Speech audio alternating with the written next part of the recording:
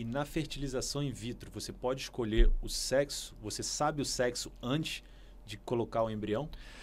Tem como você saber num processo mais avançado dentro da fertilização in vitro. Dentro da fertilização in vitro, a gente pode simplesmente produzir o embrião e transferir esse embrião. Sem saber o sexo. Sem saber o sexo e sem saber se ele leva a alguma alteração genética. Quando tá? você fala transferir o embrião, é pegar o embrião e fazer a transferência para a mulher.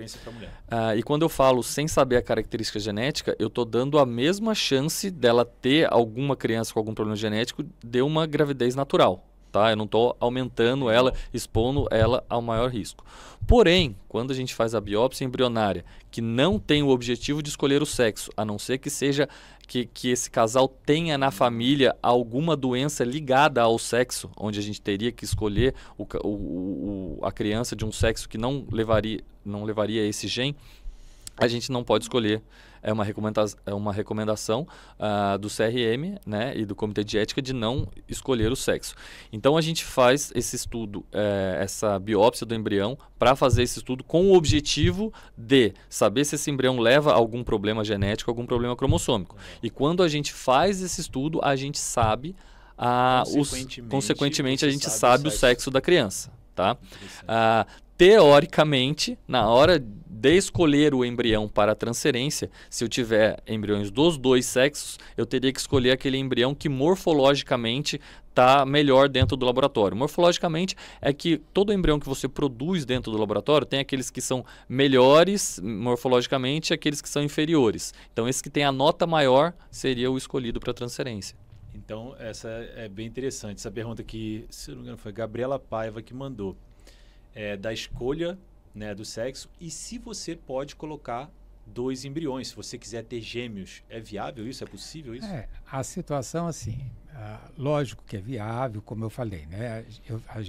A clínica já tem 28 anos, então naquela época a lei ainda não estava definida, então a gente colocava um número maior de embriões. E os estudos avançaram. Para que um desse certo, Para que um desse certo, essa era a intenção. Mas acontecia muitos casos de gestação múltipla. E a gestação múltipla dentro da obstetrícia já está dentro das doenças. Então, uma mulher que engravida tanto de forma natural ou de forma artificial, engravida de mais que um embrião, porque o útero da mulher é um continente e o embrião é o conteúdo. Todo útero foi feito para gerar um filho por vez. Quando nós colocamos duas crianças dentro do útero, tá certo? É como se pegasse um prato de comida. Você vai falar, aquele prato de comida foi feito para uma pessoa.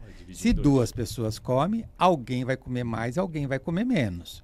E além disso, aquele útero que tem duas crianças lá dentro, ele vai pesar mais e essa mãe tem um risco de entrar em trabalho de parto prematuro.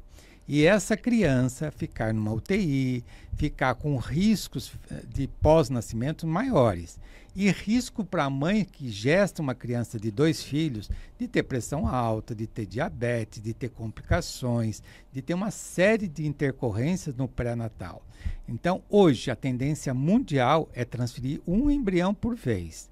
Eventualmente, nós trabalhamos com inteligência artificial, como o Dr. Mauro falou, que esses embriões são ranqueados com notas, e dentro da morfocinética de 0 a 10, tá? E dentro dessas notas, se os embriões tiverem notas baixas, essas notas baixas, ela traduz a taxa de implantação desse embrião dentro do útero. Então, ela dá uma ideia para nós o quanto esse embrião tem capacidade de fixar naquele útero. Então, se os embriões têm nota muito baixa, então, às vezes, nós sugerimos para que a paciente transfira 2. Mas a paciente também tem opção. Pela lei brasileira hoje, até 37 anos, nós podemos transferir no máximo 2. De 37 até 40, nós continuamos transferindo 2. E acima de 40 anos, que passam a ser 3. Tá? Mas nós temos que estudar toda a situação da paciente. Por exemplo, a paciente está na 5ª transferência. Então, nós vamos expor ela um pouquinho mais para tentar aumentar a chance. Sim. Porque quando nós transferimos... Mas sabendo que pode vir 2 ou 3 também. Os 2 ou 3 podem dar certo. Pode dar certo. Então, a gente expõe a paciente a um risco. Lógico, já aconteceu na clínica, nós transferimos um só e viraram 2. Daí eles são gêmeos univitelinos, são idênticos. Existe esse risco? Existe, mas é muito, muito raro. Mas é possível acontecer isso também. Já transferimos 2 também, que virou 3. Viraram 3. Assim, eu sempre falo para os pacientes, tem vários casais que chegam, eu queria gêmeos. Daí eu sempre falo, gêmeos é muito bonitinho, legal, dos outros. Toda gravidez gemelar é uma gravidez de risco, né? Então a gente precisa dosar tanto os riscos quanto o processo. O ideal seria a gente transferir um único embrião, para tentar uma gravidez de uma só criança. Acontece que o processo ele envolve o físico, a mulher tomando hormônio, injeções na barriga, o emocional, o casal que está ali tentando engravidar e não consegue, o financeiro, que tem um investimento. Então a gente tenta adiantar esse processo, vamos transferir mais para tentar otimizar o processo, mas isso pode gerar consequências, então tudo isso tem que ser bem dosado. Na retirada dos óvulos da mulher, é uma cirurgia que se faz? Existe algum risco para a mulher ou é uma coisa mais simples? A retirada dos óvulos, assim, tecnicamente é uma cirurgia de baixíssimo risco, tá certo? Mas não é isenta. Anestesia? É uma sedação, a paciente não é entubada, tá certo? É uma anestesia que demora geralmente 15 minutos, é acompanhada pelo anestesista em tempo integral na sala, tá? A paciente fica em posição ginecológica, é tudo feito por via vaginal, o ultrassom é via vaginal. Nós captamos óvulos de um lado direito, depois do lado esquerdo, isso é mandado para o laboratório.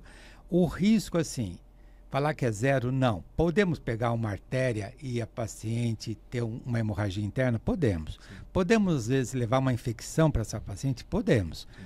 Lógico, toda essa situação é um risco mínimo e é gerenciável, tá certo? Porque podemos ter o risco, mas nós temos que ter condições de gerenciar aquele risco. Porque a paciente que vai para ter um filho, ela entra assim íntegra, né? Assim, ela entra com uma qualidade, a saúde dela está perfeita. Sim. Então o médico não pode ser aquele veículo que vai lesar aquela paciente, claro. Tá? Então assim, atravessar a rua tem risco? Tem, próximo mínimo, mas tem. Pode ter risco, tá? Mas é mínimo. Cirurgia, é uma micro, né, assim, é uma cirurgia de baixíssimo risco.